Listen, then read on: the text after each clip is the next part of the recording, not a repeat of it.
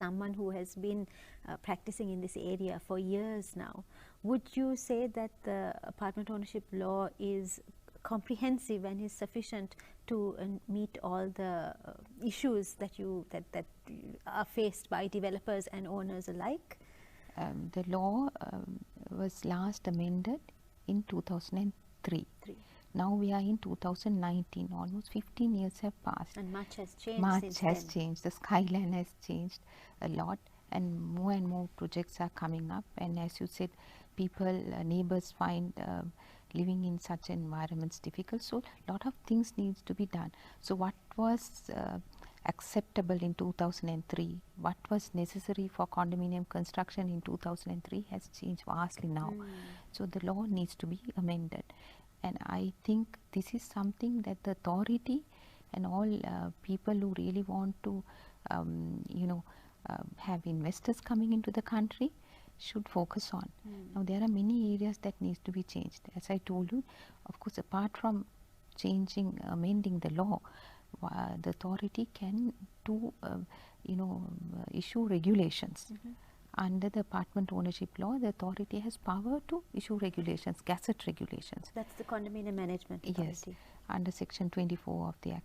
So now the one and only regulations that they have done so far was done in 2017. But in my view, they can do more. Like as I told you, for the sales agreement, what kind of minimum mandatory clauses that the developer should have.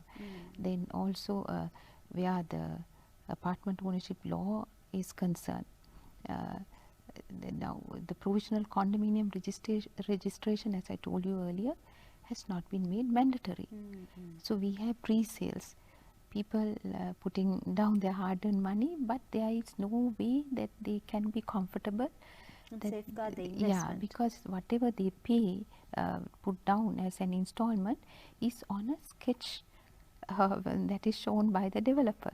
There is no proper condominium plan. Now if there was a provisional condominium registration, then that plan would have got registered. And then of course folio would have been opened up at the land registry, so your sales agreement gets slotted into that folio. Yes. And here when there is no such provisional registration, all the sales agreements get registered on the main land, and when you go to the land registry, you will see hundreds of sales agreements. It's a huge encumbrance on the main land. So provisional condominium registration should be made mandatory. And for pre-sales, as there are so many things that the law should be amended so that prospective purchasers' rights are safeguarded. Then most importantly, in our law too, they must make it mandatory for a developer to issue a disclosure statement. Okay. As I told you, in Western countries, developed countries, this is mandatory.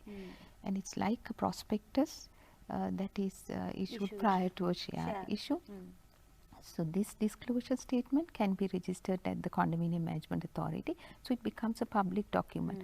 That statement will give where the project will come up, in which zone, in the Colombo city, it's primary, residential, or then has this the developer obtained the development permit, or has an application been made, then has the other relevant documents been obtained, or when are they going to get it, and what is the size of the unit, what is the price, what are the fixtures and fittings, so what type of common elements and common amenities would be there, so service charge, all those things will be listed in the disclosure statement, making it really very transparent for anyone to be sure that this is the kind of a unit for which I should put my money.